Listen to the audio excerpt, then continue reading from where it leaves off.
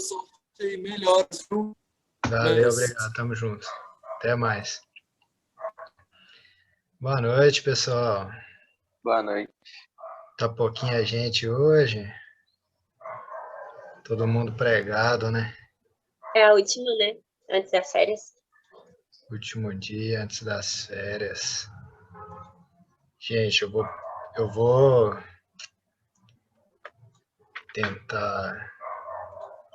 Como eu disse aí, eu tirei o siso. Tô cheio de remédio na cabeça. Eu sou uma pessoa que não gosta de tomar remédio. E aí me tá com antibiótico. Eu fico meio tapadão, mas...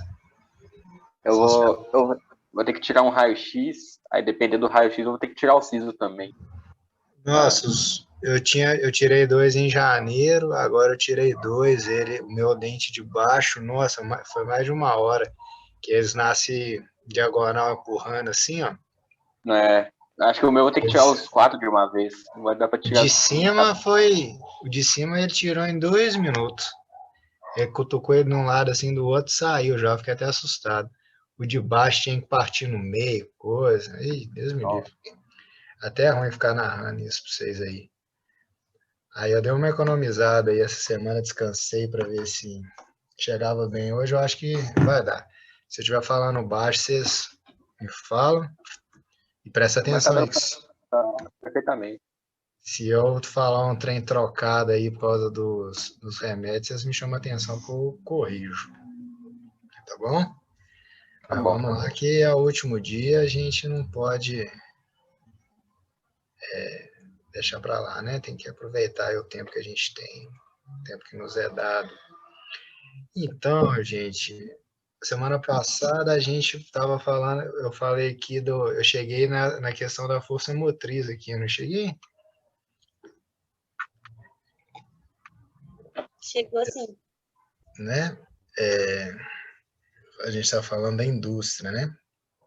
E aí, o raciocínio que eu vinha é que a gente dependia do que? Das forças naturais, né? Da água, do vento, da força humana, da força dos animais, não é isso? Então, o que movimentava, né, a força de trabalho para a gente produzir aí, desenvolver a economia, antes da Revolução Industrial, até século XVIII, era uma força natural, né? A gente dependia do sol e tudo isso, não foi? E que aqui a grande mudança que a gente tem que guardar isso aqui da força motriz, que é a força que vai mover as coisas, né? A indústria ela vai dar que vai criar o nosso tempo, né? O nosso modo de viver, o nosso modo de fazer as coisas passa a ser artificial, é o tempo do homem, né? Não mais o tempo da natureza. A gente consegue acelerar o ciclo das plantas, fixar nitrogênio, não é isso? E dessa forma a gente teve mais velocidade, mais dinâmica e conseguiu produzir muito mais. Eu devo até ter falado aqui a questão da fome, que já caiu no Enem, né? Que a fome ele não é um problema técnico. Vocês já estudaram Malthus lá? Estudamos o quê? As teorias malthusianas. Não, eu não. Não, eu não lembro, sinceramente, se eu tivesse estudado, mas... É um pouco de ecologia isso, sabe? Na biologia vocês vão ver isso com certeza. Mas é um pouco de ecologia, a ideia de que, né, você tem um determinado espaço ali, um território com uma espécie, se aquela população ela aumenta demais, você vai sobrecarregar o ambiente e aí você não vai conseguir, você pode ter algum problema de extinção, alguma coisa assim, porque você não vai conseguir sustentar todo mundo. Tá. Né? Eu não lembro do nome, sei o que é. Eu sei Isso. O que é. Então, isso não aconteceu, porque o que permitiu que a população humana ela aumentasse, né? Tantas pessoas depois do século XVIII, a gente tem um boom aí, né? A gente vem, assim, o gráfico de crescimento humano, ele dá um salto muito grande. E aí a gente consegue produzir comida para todo mundo. Só que não é um problema técnico. A gente consegue produzir porque a gente tem porque a gente se industrializou, né? E aí a gente desenvolveu técnicas para produzir alimento. Então a gente tem fome não é por falta de alimento, né? É um problema social. Isso caiu no Enem, tem essa questão. Eu vou para lá no simulado para vocês. Eu vou no simulado aí, vocês vão lembrar disso. Então, aqui é a força motriz, que é a chave da questão. Porque quando a gente passa a ter energia elétrica, carvão mineral, né, que vai conseguir fazer que a máquina ela funcione o dia inteiro, né, que não tem, a máquina não cansa, né, de certa forma. Lógico que tem o uso da máquina, mas não é igual o homem ali, que ele precisa de parar para dormir, entendeu? Se você mantém a máquina ligada, se ela estiver ligada numa fonte de energia, ela vai funcionando, né? Não é isso? Então, ela mudou toda a nossa vida. Então, de certa forma, é um tempo, né? Um espaço, tudo isso, quando a gente pensa no espaço geográfico. Vocês entendem bem o que é espaço geográfico, gente? Tá falando da onde que a gente está falando especificamente? Isso. O espaço como se fosse um objeto geográfico de estudo. como se fosse um objeto, justamente. A geografia, ela estuda o espaço geográfico. O espaço geográfico, ele é produzido a partir, tipo assim, de forma bem simples, né? A partir do que a gente tem da natureza e o trabalho humano. Ou seja, ele é uma construção social, entendeu? Por isso, a geografia ela vai estar dentro da parte das ciências humanas. O que a gente está vendo aqui é como que o homem se relaciona com a natureza, de certa forma. Então, aqui vai ser aqui é a virada, assim, ó, isso aqui é o ponto mais importante da gente entender. Porque aqui, a partir desse momento aqui que a gente passa a ter uma força motriz, que não é natural, a nossa capacidade de intervenção e de transformação do espaço, ela vai ser gigantesca. Né? A gente tinha as estradas antigamente, aí você vê o que está associado a isso aqui, ferrovia, rodovia, não é? A gente tinha lá quanto tempo que demorava para poder você buscar especiarias e trazer aqui da Europa, né? Navios que se perdiam aí no caminho, né? Quando vinham as caravelas e tudo. A partir do momento que tudo isso passa a ser movido por energia, né? Tudo vai transformar, né? Então, aqui, ó, vai aumentar a velocidade, vai diminuir o tempo, né? Então, a gente vai aqui, ó, superar os limites da força humana ao natural. É isso que a gente tem que entender aqui, tá? Então, olha só, para a gente continuar aqui, ó. A gente pode dizer que a industrialização atual se resulta de um processo iniciado na Europa no século XVIII, denominado Revolução Industrial, que é justamente isso aqui. Né? A gente chama de revolução porque ele foi um momento acelerado, rápido, e que ele vai transformar todas as bases da sociedade, né? A forma de se organizar, a gente tem a ascensão da burguesia, o desenvolvimento do capitalismo, entendeu? Então, tudo isso vai fazer parte, vai estar como se fosse um pacote aqui de transformação social. Então, é esse momento aqui, ó, isso aqui seria assim, ó, o estopim. Então, a revolução, eu já perguntei isso, alguém já até me respondeu aqui, que a gente não fala de revolução industrial no Brasil, por exemplo. A gente tem aqui uma industrialização tardia, né, posterior. O período que a gente chama de revolução é esse período de início da Revolução Industrial, principalmente na Europa, na Inglaterra, né? E aí a gente tem, e ali, a gente vai ver aqui mais para baixo, estou adiantando um pouco, mas aí tem Japão, Estados Unidos também, são os que vão estar esse desenvolvimento aí no início, que a gente chama isso de revolução. Ó, então, aqui a gente vai ter uma sociedade que era rural e artesanal, né? Ela vai ter acesso a mecanismos que levaram a um novo modelo de organização. Então, uma das maiores, quando a gente falar, se pensarem em industrialização, você pensa nisso aqui junto, ó. Urbano e indústria, tá? Aí a gente vai ter concentração de pessoas. A partir do momento que as pessoas se concentram no lugar, isso aqui não vai ser fonte de emprego, de trabalho, né? E aí as pessoas elas vão se concentrar na cidade. Então, a urbanização que a gente já viu e a industrialização elas vão caminhar juntas aí.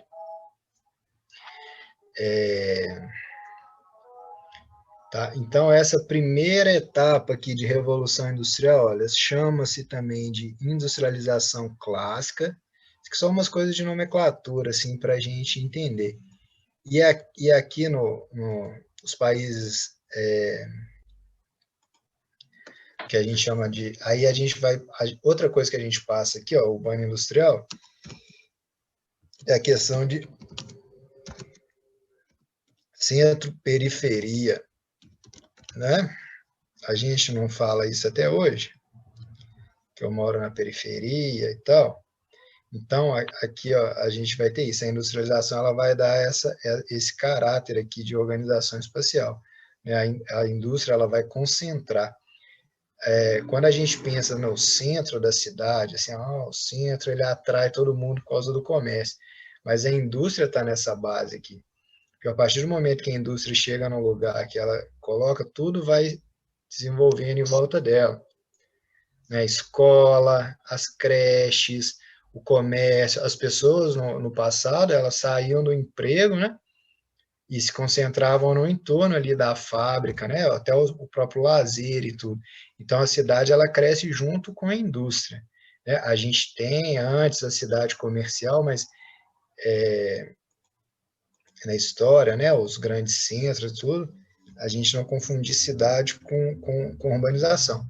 Essa ideia de urbano industrial aqui, ó, tem a ver com a saída da concentração das pessoas, ter mais gente vivendo em cidade do que no campo, tá? Acho que isso eu já falei com vocês também.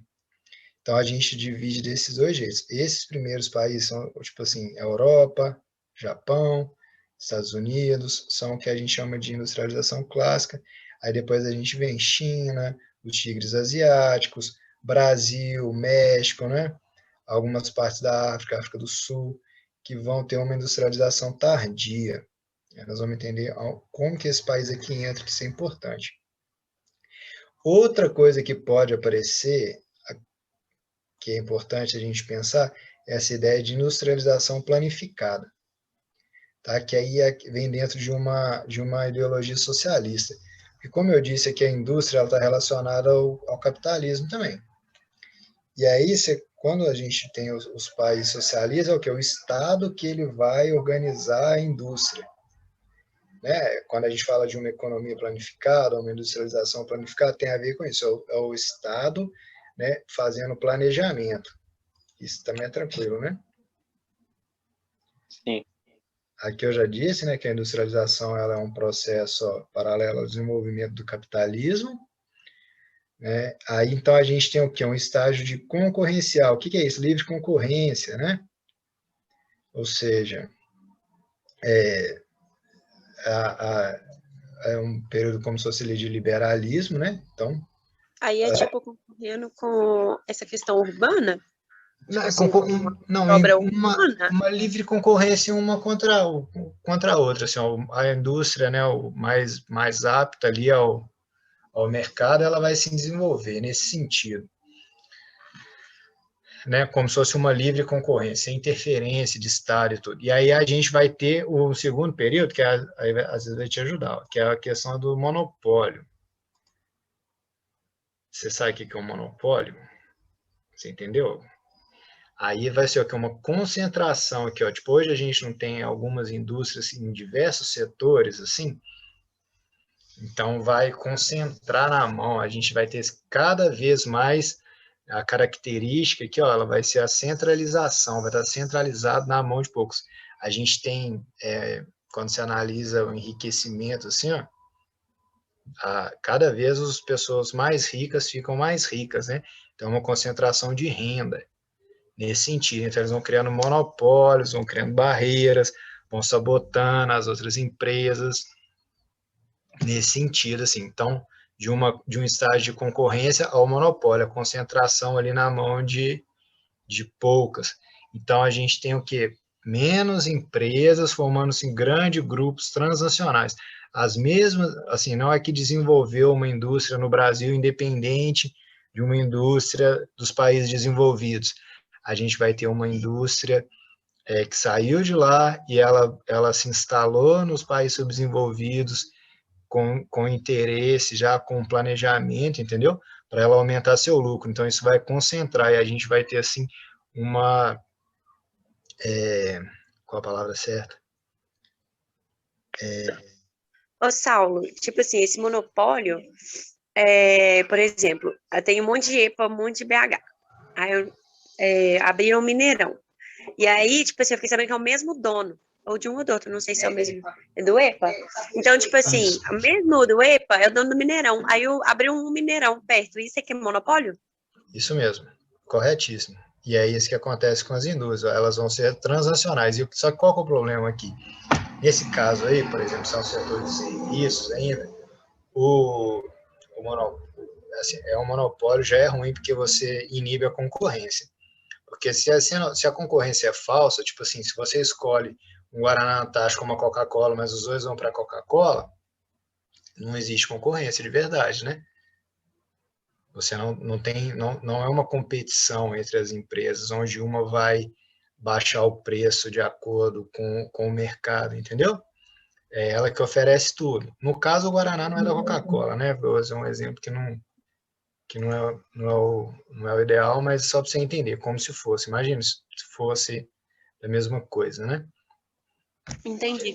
Só que aqui, como a gente está falando de internacional, por exemplo, o dono do EPA, ele é do Brasil. Tipo, O lucro... crime, tipo assim, né, Hã? não? Isso é crime? É. Então, tem aqui, ó, tem uns que são, dependendo do lugar, quer ver, ó? Aqui, ó, não, mais pra baixo. Aqui, ó, esse aqui, ó, oligopólio, ó. Vamos pegar aqui, ó, monopólio, ó. Refere à inexistência de concorrência em um determinado ramo da economia, né? Então, o exemplo que você deu foi preciso, ó. Então, tipo assim, um único grupo econômico ele vai dominar o comércio de um determinado setor. Então, todo que você, de certa forma, você compra, o lucro vai para o mesmo lugar. Só que na indústria tem a questão do nacional, porque o lucro aqui, o dinheiro não vai ser aplicado no país subdesenvolvido, o lucro ele vai ser transferido para o país de origem. Então, se a gente compra a Nike não vai investir, teoricamente, no Brasil, entendeu? O Entendi. dinheiro vai voltar para o local de origem e aí o que a gente consumiu aqui vai ser aplicado lá. Entendi. E esse aqui já, o oligopólio, ó,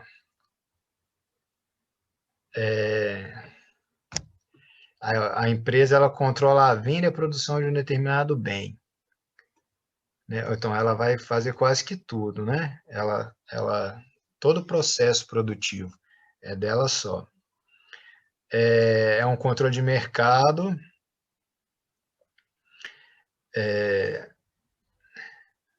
Aí tem a estratégia de controle do mercado e aperfeiçoamento do processo produtivo foram sendo criadas, chamados de trust, quando empresas fazem contratos de exclusividade para disputar o comércio com concorrentes.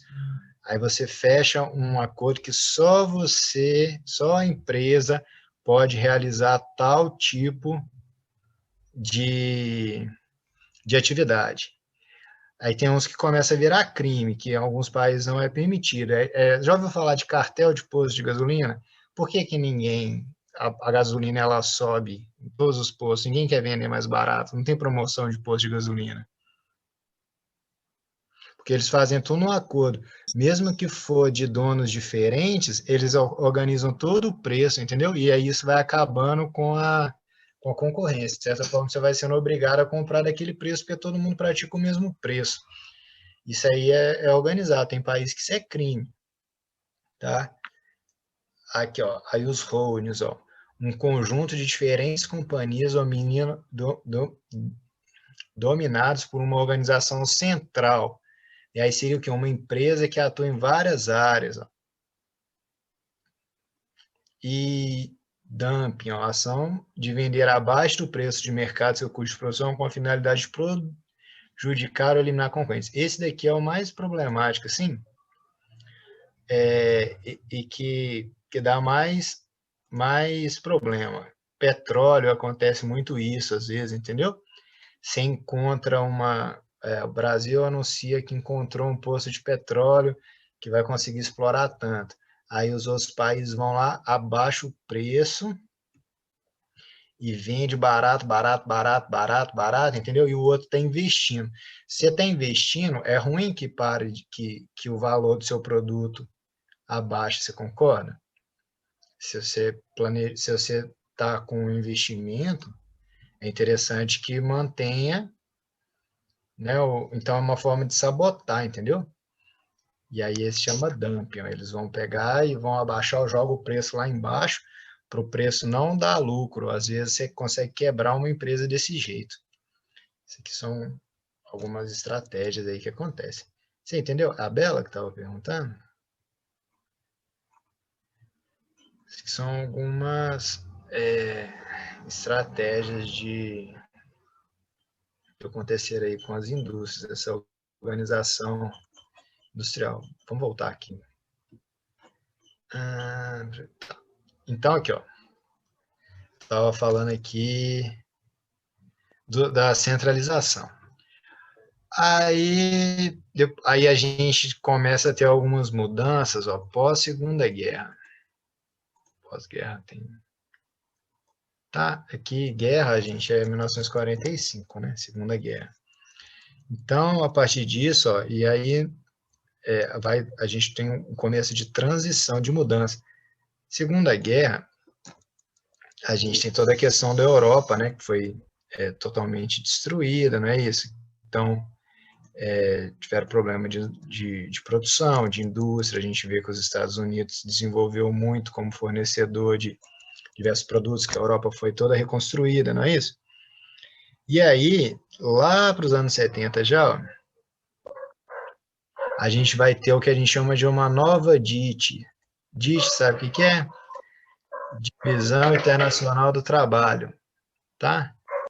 E aí, isso aqui é para a gente pensar como que a indústria, né, a produção, né, a distribuição, né, que é toda, como a economia funciona. Então, ela vai ser toda distribuída, assim, ó, geograficamente no mundo, vai mudar essa organização. E aí a gente passa a ter a industrialização dos países subdesenvolvidos. Ó, as trocas predominantes eram entre bens manufaturados e produtos primários, não é essa a ideia? O que a gente tem ali? A gente, Minas Gerais, o que a gente exporta principalmente? É minério de ferro, é isso? A gente exporta solo aí, que vai ser a base lá para poder... A gente tem algumas indústrias siderúrgicas, né? Tudo dessa área que vai ser a matéria-prima para as outras indústrias. Aqui a gente vai começar a mudar isso. Então, além de ter essa característica de manufaturado de produto primário, a gente vai começar o quê? A produzir o que é necessário para a gente. Tá? Então, essa economia passa por uma transformação em suas bases industriais, ó, em função da descentralização geográfica da atividade industrial. Empresas passam a importar também capitais e tecnologias necessárias para a instalação e expansão de uma infraestrutura que pudesse sustentar indústrias em seus territórios. Então, a gente tem um avanço aqui, né? Tipo, um investimento aí no setor industrial, vai chegar novas indústrias, né? A gente tem ali, ó, Betim é um bom exemplo para a gente pensar nisso, né? Então, toda essa infraestrutura ela vai melhorar para que os países subdesenvolvidos sejam mais integrados, porque você ter uma indústria boa, a gente chama de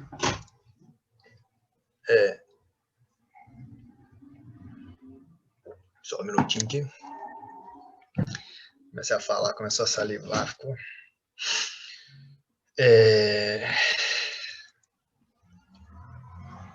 ruim. Então, tudo isso aí, a construção civil, a construção de rodovias, tudo isso aí vai dinamizar, né? Então, ou seja, a gente passa, os países subdesenvolvidos passam também a ter uma melhor infraestrutura que vai dinamizar e vai alterar aí a organização industrial. Estamos falando aqui pós-Segunda Guerra. Tá? Isso é o que a gente chama de substituição de importações. Junto com o contexto aqui de pós-guerra, se quem era o fornecedor do necessário era principalmente os países europeus, que eram os industrializados, e por um momento lá, por causa da guerra, eles mudam as indústrias, não é isso?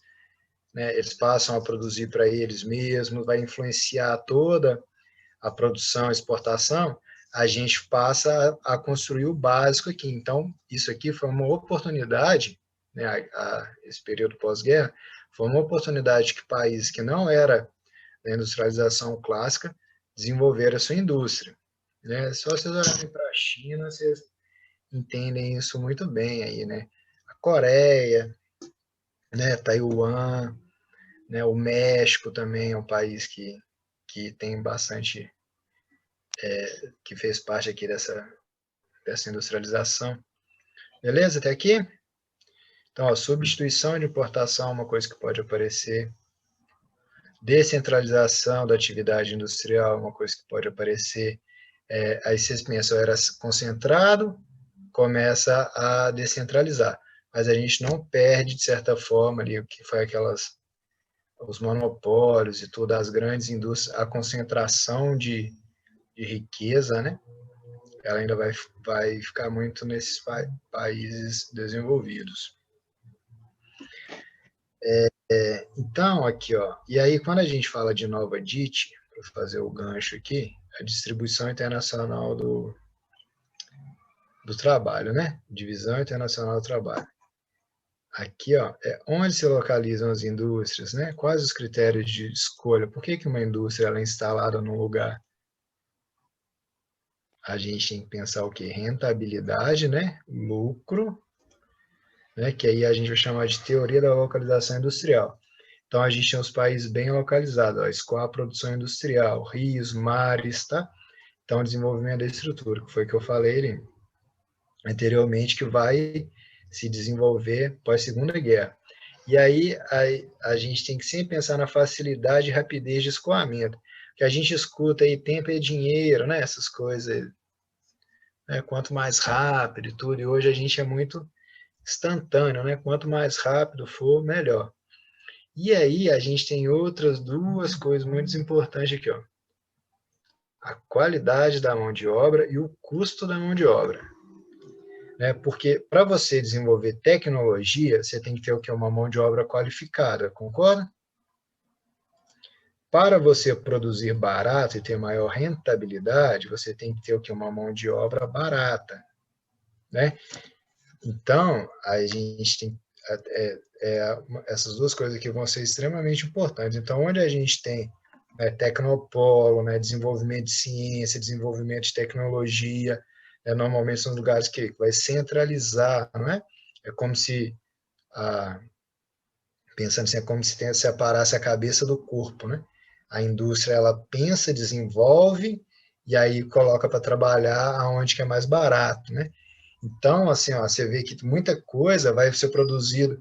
Vocês já viram como que algumas empresas têm documentários, esse documentário no Netflix, que mostra como que as empresas calculam o custo de pagamento dos trabalhadores? Não. Por tempo trabalhado, então é centavos de dólares, ali, tudo pensado no tempo, assim. Porque tem país que os países vão afrouxando, né, as leis trabalhistas. Vocês acompanham, né, as questões políticas aí, a gente vai ver que o que fala é que o trabalhador ele tem emprego ou direito, né?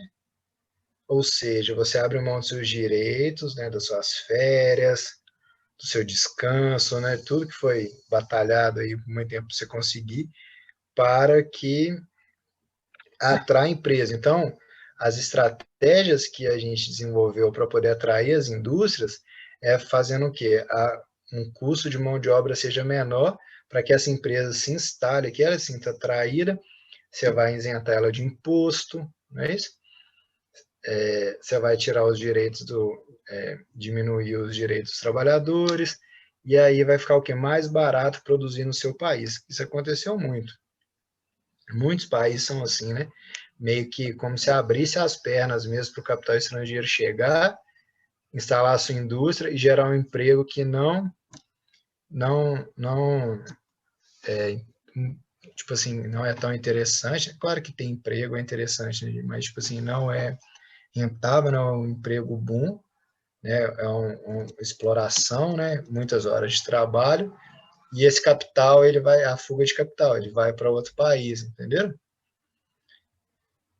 Então, essas duas coisas aqui, ó, da DIT, tem muito a ver com isso. Então, as indústrias, elas viram que elas saíam só tirar do país central, porque aí você tem tudo lá, toda a infraestrutura. Pensa assim, uma cidade, igual Belo Horizonte, vocês conhecem bem Belo Horizonte? Ali a parte da cidade industrial, aquilo cresceu demais. Em volta, né? Muito bairro, tudo. É muito mais difícil, você perde tempo no trânsito, né? Para você escoar a sua produção, para chegar a matéria-prima, tudo fica mais complicado. E aí você pensa assim, nos países desenvolvidos é mais caro, você tem o quê? Eu não entrei aqui, mas a gente tem a degradação do meio ambiente também, né? Então você começa a ter leis, né, para inibir, você não pode, o resíduo, você não pode escoar ele de qualquer jeito, a quantidade de CO2 que emite, os horários de funcionamento, porque se você junta, tudo isso tem legislação, tipo assim, para a indústria, a Mannesmann mesmo lá, porque aí a do Barreiro ali, eu sei disso, eu lembro quando isso aconteceu. Eles funcionavam o dia inteiro e liberando gás carbônico ali no dia inteiro. E aí foi todo alterado, todas as chaminés, porque você pensa, o trânsito, mais o calor, uma cidade que cresce, tudo de concreto, né? Aquilo vai criando um microclima ali, extremamente desigualdade, você perde muita qualidade de vida. Então ela passou a não poder mais liberar em qualquer horário os seus rejeitos ali, a poluição. Então aí de noite, que aí o calor está menor, entendeu? Para não criar um ambiente ruim. Então, você tem nos países desenvolvidos, essa fiscalização ela é tudo muito maior, porque eles viram a degradação que é a indústria, né? As cidades, os rios europeus, elas foram todas revitalizadas, de certa forma. As principais cidades, das grandes cidades, né? Rios que morreram, que eles conseguiram reviver ali os rios, tudo isso, controlando a indústria. Essas indústrias migraram para países onde que não tinha essa fiscalização. Então, vamos sujar a casa dos outros, né? De certa forma, foi assim. Isso aqui são algumas coisas assim, para a gente pensar localização e distribuição. Tá? Então, tem a ver com o trabalho, né? com o meio ambiente, né? A pressão que a gente tem hoje aí em cima dos países, dos países desenvolvidos, quanto à forma de produzir, aos produtos, não é? Você não tem hoje certificado lá, tem país que não compra de quem produz de qualquer forma, não é isso? Alguma pergunta? Não sei se eu misturei muita coisa aqui, vocês conseguiram acompanhar, mas isso aqui da localização da indústria que é importante. E aí, outra palavrinha que pode surgir é isso aqui, ó, compressão do espaço-tempo, né? Que seria fazer mais, deslocar mais, aumentar a velocidade, né? Tudo isso muito mais rápido e instantâneo. Então, aí surge essa expressão, não gosto muito, né? Porque você ganhou fluidez, porque parece que você diminuiu, né? A noção de compressão. Na verdade, você ficou mais rápido, né? Ficou mais fluido. Não que você diminuiu o espaço. O tempo diminui, né? É mais rápido, né? Mas, não sei. Mas pode surgir essa palavrinha aqui, se passar essa ideia, é que é tudo muito mais rápido, tudo muito mais fluido, é um tempo artificial, a técnica mais avançada, né? E tudo isso acelerou tudo é muito mais rápido agora. Vamos lá. Tá. Consequência socioespacial. Se parecer uma consequência socioespacial, que eu já falei, por isso que só para relembrar. Consequência socioespacial da industrialização. Pode pôr como êxodo rural. A inversão do eixo populacional do né, que é demográfico, né? A gente já viu lá antes, estou só reafirmando aqui para relacionar. Então, a indústria ela fez esse processo. A população que vivia no campo, ela passou a viver predominantemente na cidade. Hoje a gente tem mais pessoas vivendo nas cidades do que no campo, que a gente chama de êxodo rural e urbanização. Gente, aí, tipos de indústria. Alguém tinha me pedido, eu vou colocar isso aqui lá hoje, tá? Porque eu vou tirando as partes. Os tipos de indústria, né? Essa parte aqui, assim, ó, eu tentei explicar aqui o processo aqui, né? Até o momento. Aí, os tipos de indústria. Isso eu não sei se vocês lembram, mas é a indústria de base. Ou seja, ela tem uma produção, ela produz algo que vai ser utilizado por outras. Tá? Extrativista, elas são as que vão extrair os recursos, ó, minerais ou vegetais, que vão ser utilizados por outra, né? Então, são aqui, ó, a gente está falando de indústria de base. Aí a gente tem indústria de bens intermediários, ou seja, elas vão transformar os bens extraídos, matérias-primas, para que as outras utilizem, né? Então, ela vai estar aí como se fosse no meio do caminho, né? Por essa ideia de intermediário aqui, ó. Né? De bem de capital, instrumentos para outras indústrias. Então, tem a indústria, precisa fazer um carro, você não precisa ter uma máquina que faz um carro, mas isso é de bens de capital. Ó. Aí a gente vai chegar aqui em indústrias de bens de consumo, ó. Né, são indústrias leves, né, que é aquilo que a gente vai comprar, voltado para o consumidor final. Aí já seria algo que a gente vai comprar, entendeu? Aí tem ainda, dentro das de bens de consumo, a gente tem os não duráveis, né? Você compra uma bebida, um refrigerante, um alimento, um remédio, você consome ele na hora, né? Olha o cachorro. E bens de consumo duráveis, você vai usar por mais tempo, principalmente automobilístico e eletrodoméstico. Pode aparecer semiduráveis também, roupas e calçados, tá? Esse aqui é os principais tipos. Sobre a Revolução Industrial, vocês querem que eu comente alguma coisa aqui? Vocês lembram bem das etapas da Revolução Industrial? Então, aí você falou assim que quando se trata de Brasil, não fala sobre a Revolução Industrial, é isso? Isso. Aqui, ó. Só então para os outros países, e isso então vai ser depois da guerra? Segunda? Não, assim, a gente tem um pouco de industrialização antes, mas assim, é porque quando fala de revolução, alguma coisa que foi rápido e que alterou a estrutura, entendeu? Aí quando eu falo de estrutura, eu estou falando, tipo assim, da sociedade. O que eu estou tentando explicar aqui é que, a partir do momento que você tem industrialização, vai transformar o modo de vida, o jeito de trabalhar, o jeito de morar, o jeito de se alimentar, você concorda? Hoje, o que a gente consome, a grande maioria dos produtos que a gente consome de alimentação, eles são industrializados. Mesmo que eles venham do agronegócio. Né? Às vezes a gente não come um molho de tomate que é industrializado, um milho, né? A gente não compra uma lata de milho. Então, isso vai alterar tudo isso. E isso aí foi um processo que aconteceu rápido. Tipo assim, claro que esses produtos são mais recentes, né? Mas, tipo assim, quando a gente fala de revolução, tem a ver com uma transformação da estrutura social e o processo foi rápido. Isso aconteceu, quando a gente fala de história, gente, esse tempo aqui, ó, cento e poucos anos, você pode perguntar para o Rafa. Isso é pouco tempo, isso é rápido. Para a quantidade de coisa que mudou, isso aqui é rápido, né? A gente estuda a história aí, quando vocês não começam a estudar, vocês têm duas histórias, tem uma sessão lá em Atenas, a gente fala de democracia lá em Atenas para falar de democracia hoje, não fala? Sim.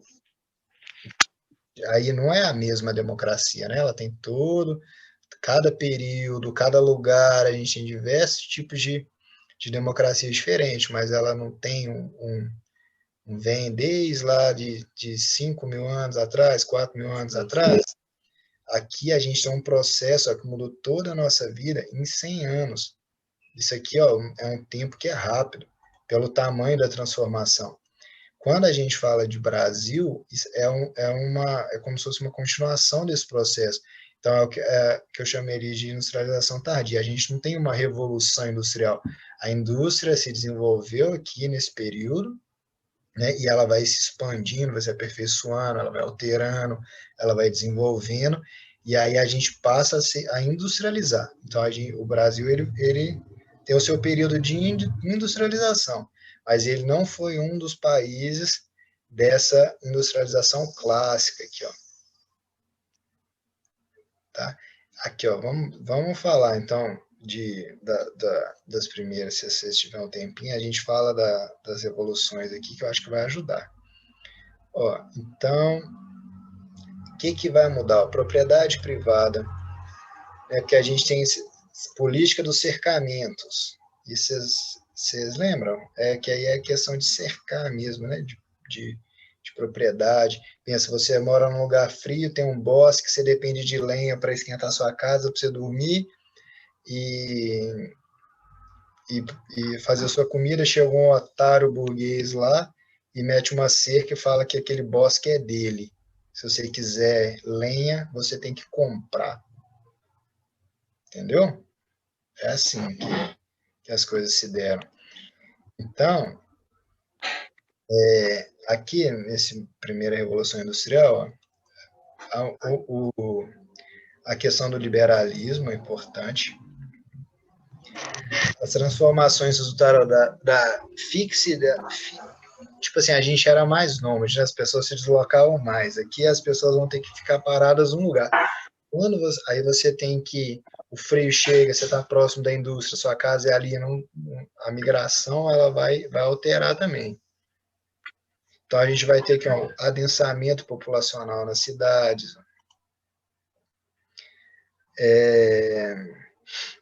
E aqui as máquinas automáticas e de combustão interna. Isso aqui é muito importante. Tá? Os aspectos naturais na Revolução Industrial foram determinantes para os fatores de localização, que eu falei que é importante. Elas vão ser instaladas próximos às fontes de matéria-prima. Ou seja, não quer dizer que você tinha uma cidade comercial desenvolvida, que a indústria surgiu ali. Você às vezes tinha uma mina de carvão, a indústria surgiu ao lado da mina de carvão, e a partir da mina de carvão, a partir da indústria, uma cidade desenvolve e cresce. Entendeu? Então, aqui, ó, aí você tem a questão do transporte, porque a distribuição, você tem que produzir e distribuir a economia, não é isso?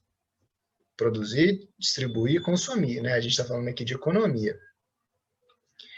Então, você precisa dos três. Você precisa o quê? De distribuir o que você produz. Ó, os rios, eles vão ser determinantes.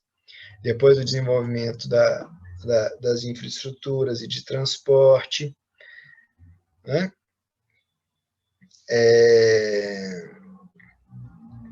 Esse aqui seria o primeiro momento. E principalmente as indústrias têxteis, tá?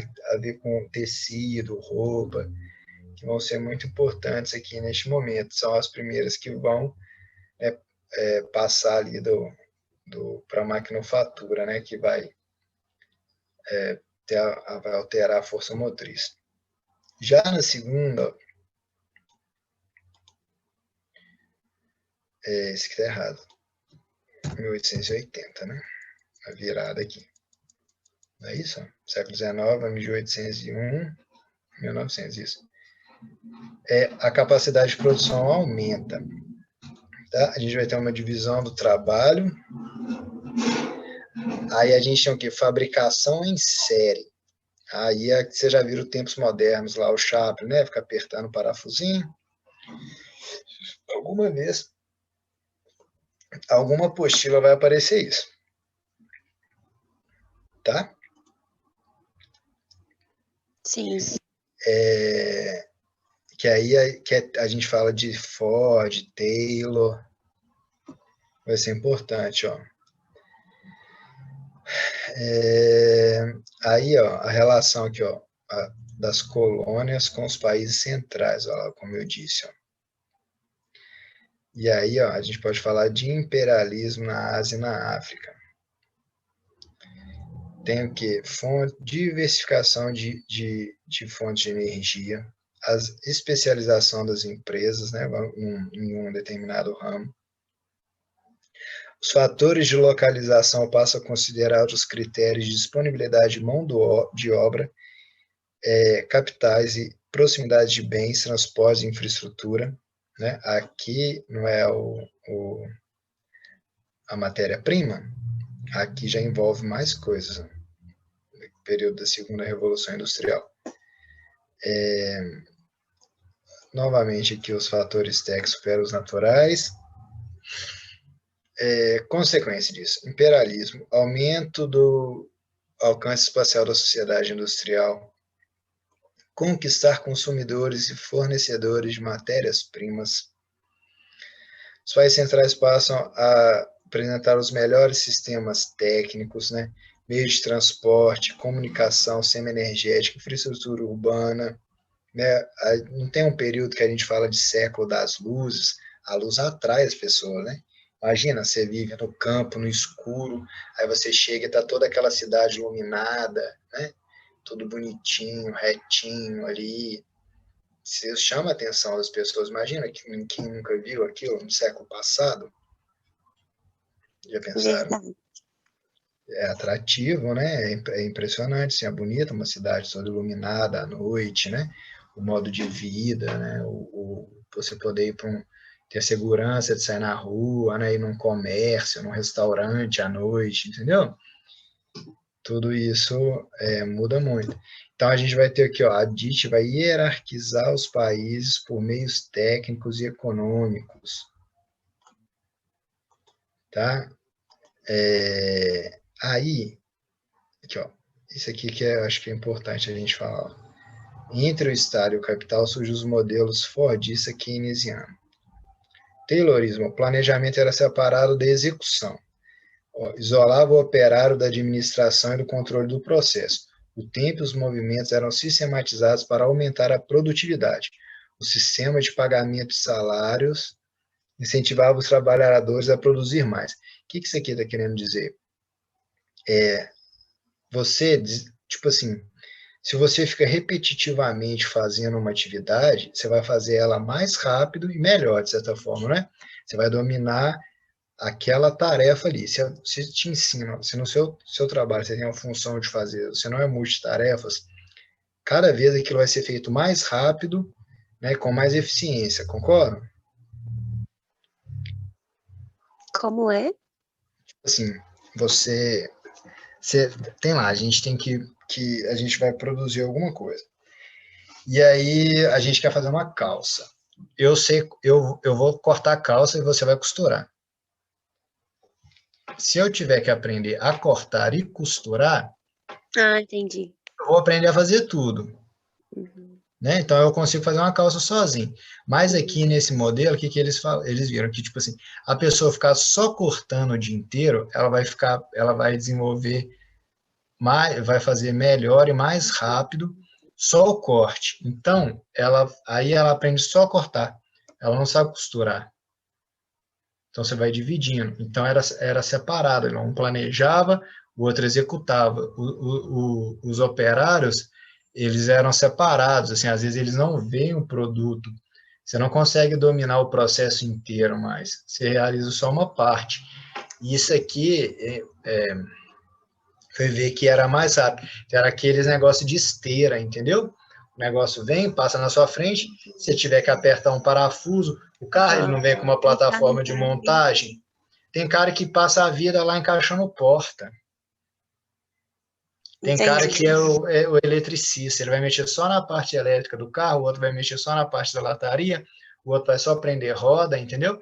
E aquilo vai passando ali na frente dele. Então, aqui é o planejamento do trabalho, é uma organização, e isso, gente, se você trabalha assim, isso vai refletir na sua vida. O tempo do relógio, né? Você tem que bater o ponto lá. Aí você chega, bate o ponto, trabalha. Então, tudo isso que eu falo que vai ficando artificial é nesse sistema. A indústria ela vai fazer a vida da gente vai ser organizada a partir disso daqui. Hoje eles não querem trabalhadores criativos, né? A ideia não é com habilidade, né? Que saiba resolver problemas e tudo. Nesse período aqui, não. Você precisava de ser rápido e executar sua tarefa ali. Claro que eu estou falando assim, eu estou comparando não dentro da indústria, né? Dentro da indústria, até hoje, eles querem que você faça a sua função bem feita ali, não tem uma noção de processo, do processo inteiro. Vai depender muito do tipo de trabalho que a gente faz. Então, quando a gente fala aqui de Taylor e Ford, então tem isso, o planejamento e a execução das tarefas. Uns pensam, uns vão desenvolver, né? Vão lidar com tecnologia, vão lidar com as novidades, e os outros vão trabalhar. Então, a ideia é o quê? Aumentar a produtividade. Tem aula agora de outro? Não. Não, né? Tá, tô acabando. A última. Tô acabando. Vocês entraram de férias. Tá? Então, aqui, trabalhar por tempo, receber hora extra, né? Quanto mais o cara ficava lá, melhor para ele. Aí, aqui, Ford, especialização do trabalhador, a questão da linha de montagem. Isso aparece muito no Enem também. Padronização das mercadorias. Não é que você quer tudo igual? Hoje não é tudo igual. O celular ele tem que ser igualzinho o outro, não é? Você vai configurar ele do seu jeito. Saulo, a Marina falou lá no grupo que tem monitoria. Ah, tem? Eu não sabia. Ô, Marina, desculpa, eu juro que eu tô acabando. É porque eu achei que era importante falar disso aqui. Tá? E aí a gente tem Keynes aqui para finalizar, que aí já não é questão de modo de funcionamento da indústria, mas é a intervenção na economia, que foi importante também. Esse aqui a gente já falou. Tá? Esse Keynes aqui? Então, aí aqui já é um modelo econômico que vai ser extremamente importante, que é o Estado que vai intervir na economia, que é o Estado do bem-estar social. Tá? E aí é o quê? Para você aumentar o consumo. Eles viram que, porque o capitalismo, ele tem ele crescimento, quebra, né? E aí, esse modelo keynesiano aqui é o que a gente chama de o Estado do bem-estar social. Ou seja, eles perceberam que os trabalhadores, eles precisavam, se você tem um lazer, né, se você tem férias, você vai consumir. Ficar o dia inteiro trabalhando não ajudava o dia inteiro, assim, de forma genérica, eu estou falando, né? Se você não tem seu tempo de lazer, que você pode comprar um produto, isso era ruim para a economia. Então, o Estado vai poder passar o quê? A intervir aí, né, com benefício em saúde, educação, moradia, previdência, para você o quê? Aumentar o mercado consumidor e aumentar o lucro. Isso aqui também é importante, que às vezes está junto aqui com a indústria, que ficou meio solto aqui do jeito que a aula ficou, mas isso é importante, tá? Do Keynes. Eu acho que a gente conseguiu fechar aqui, falar de tudo, falei até. Aí aqui a última já é a terceira, robotização, entendeu? Telecomunicações, transportes, vai mudar tem a terceira revolução industrial também. Então, quando a gente fala de revolução em primeira, segunda e terceira, uma é o esquema de padronização, e agora a informatização, de maneira bem rápida, é isso. As telecomunicações, os robôs, aí, as máquinas, né, as máquinas inteligentes, elas vão substituindo os trabalhadores, e aí necessita de uma mão de obra qualificada, escolarizada. Gente, eu tô até salivando já com esses dentes meus aqui. Falei até. Vamos encerrar, né? Desculpa aí se foi devagar por causa do... Eu espero ter ajudado vocês, tá bom? Melhoras para você. Acho que agora, hoje era a minha última aula, aí vai melhorar. Aí passa os remédios também, aí fica beleza. Boa monitoria, então, e boas férias depois. Tá bem? Aí, alguém já me mandou sobre as apostilas aqui. Semestre que vem a gente volta firme. E aí eu foco nelas, tá bom? Tchauzinho. Tchau, Boa obrigada. noite. Muito obrigado aí pela presença, a participação. Tchau para vocês. Tchau.